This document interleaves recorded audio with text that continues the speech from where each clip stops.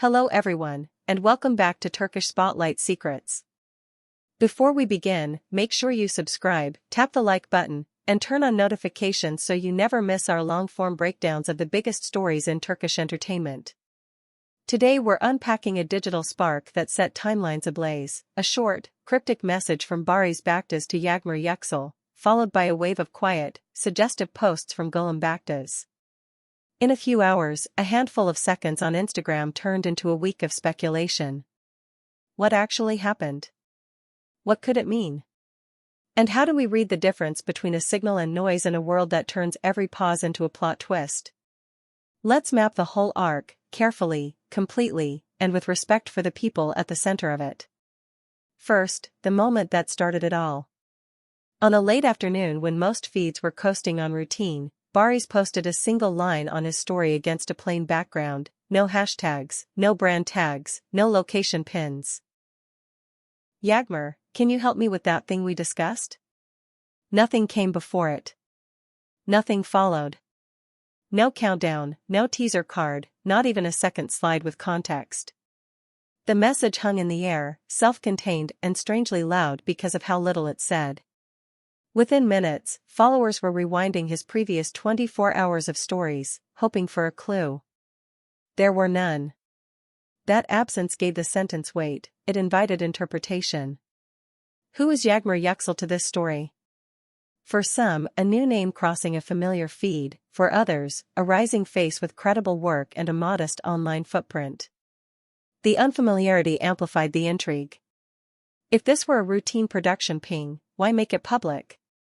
If it were personal, why make it public? The wording insisted that a private conversation had already happened, the post suggested it now needed a public timestamp. By the time the story expired, screenshots had multiplied across fan pages, and the first threads began to braid timelines out of thin air.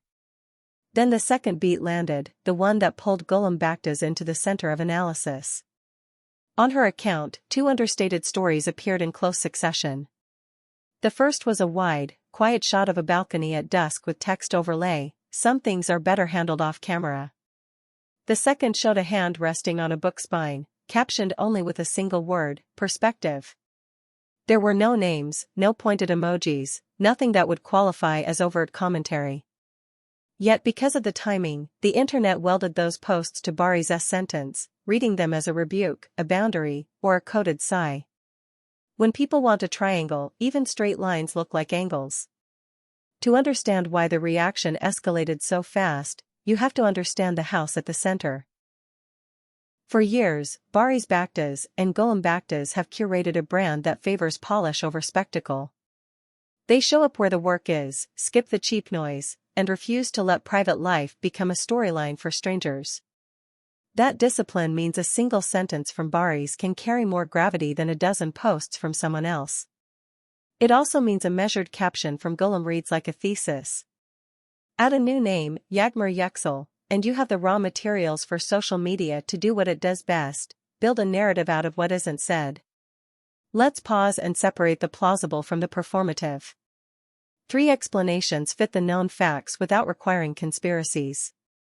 Explanation 1, the collaboration breadcrumb. Barış may have been seeding a reveal for a small format project, an appearance, a co-hosted segment, a short film, or a campaign that values authenticity over choreography. Public pings can serve as receipts, we really did talk on this date. If a teaser drops later that names Yağmur, fans will trace the breadcrumb back to this moment and feel included, which is precisely how organic marketing earns trust. Explanation 2, the rapid response ask. Sometimes the fastest way to mobilize help is to ask in a place everyone already watches. If the thing we discussed involved a charity activation, a time-sensitive coordination, or a friend's emergency, a public ping can compress the lag between text and action. That would also explain the lack of branding, no time, no need.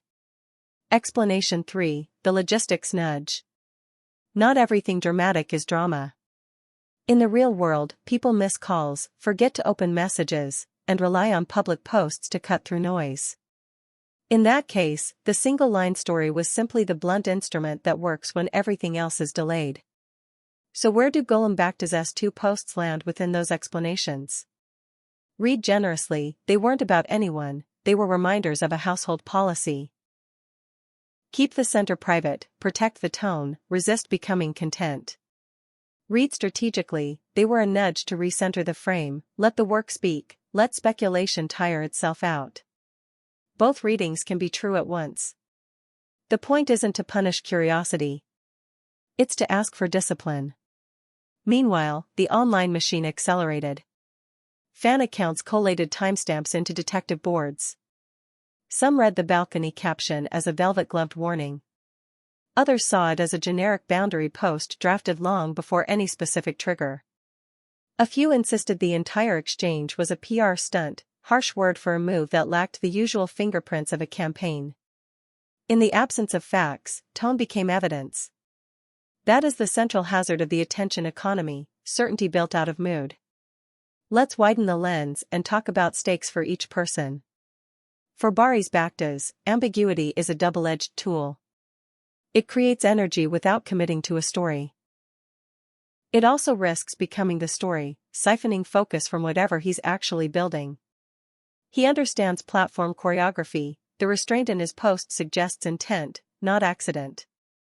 But intent is a blunt instrument when millions of viewers are free to project anything onto it. For Yağmur, the upside of being named by a larger account is reach. The risk is losing authorship of your own introduction.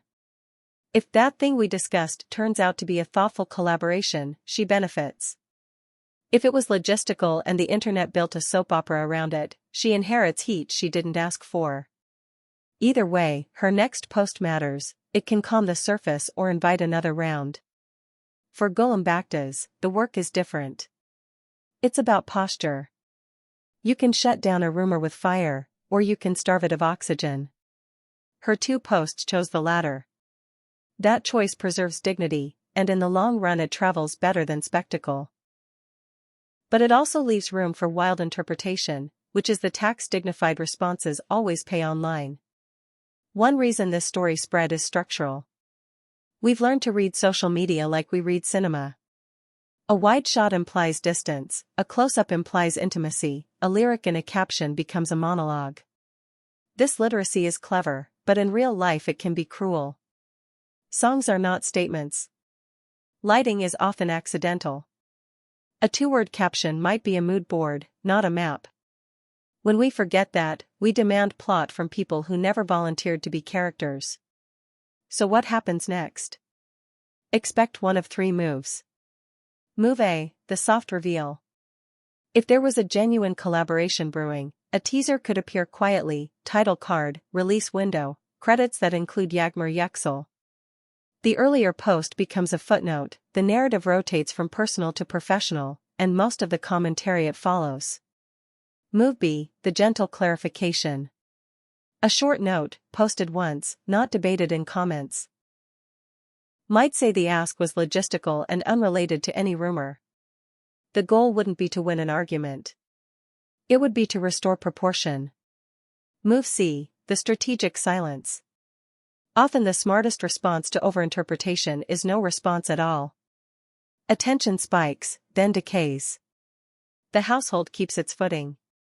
The work goes on. In hindsight, the day becomes a case study in how to remain human while trending.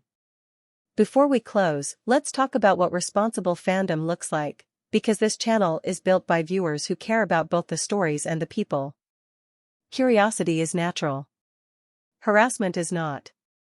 Reading between the lines can be fun, turning people into puzzles is corrosive. If you find yourself constructing a theory that requires attributing motives you cannot possibly confirm, take a beat. Ask whether your interest is in the work or in an outcome you want strangers to live for your entertainment. Public figures owe audiences good work. They do not owe them private explanations on demand. Now, a final observation that might be the truest thing we can say tonight. The most revealing part of this saga was not the single sentence from Barış Baktaz, nor the 2 captions from Gülüm Baktaz, nor the absence of an immediate follow-up from Yağmur. It was the speed with which the internet tried to turn a household into a plot. In that mirror, we can choose to be better readers. We can let a sentence be a sentence. We can let a boundary be a boundary. And we can hold space for the possibility that the best story here is still the one we haven't seen, the work that will explain the ping, or the friendship that needed no explaining in the first place. Your turn. What do you think that thing we discussed was pointing to? A creative cameo, a limited series vignette, a charity sprint, or just a calendar nudge sent in public? If you were advising the three people at the center, which path would you pick? Soft reveal, gentle clarification, or strategic silence? Tell us in the comments. We read them closely, and your most grounded takes shape the way we cover stories like this.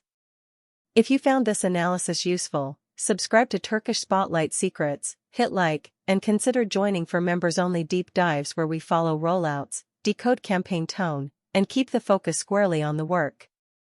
We'll cover any official updates if and when they arrive, without guessing, without prying, and always with the same principle we ask from everyone else: respect first. Thank you for watching. Take care, and see you in the next video.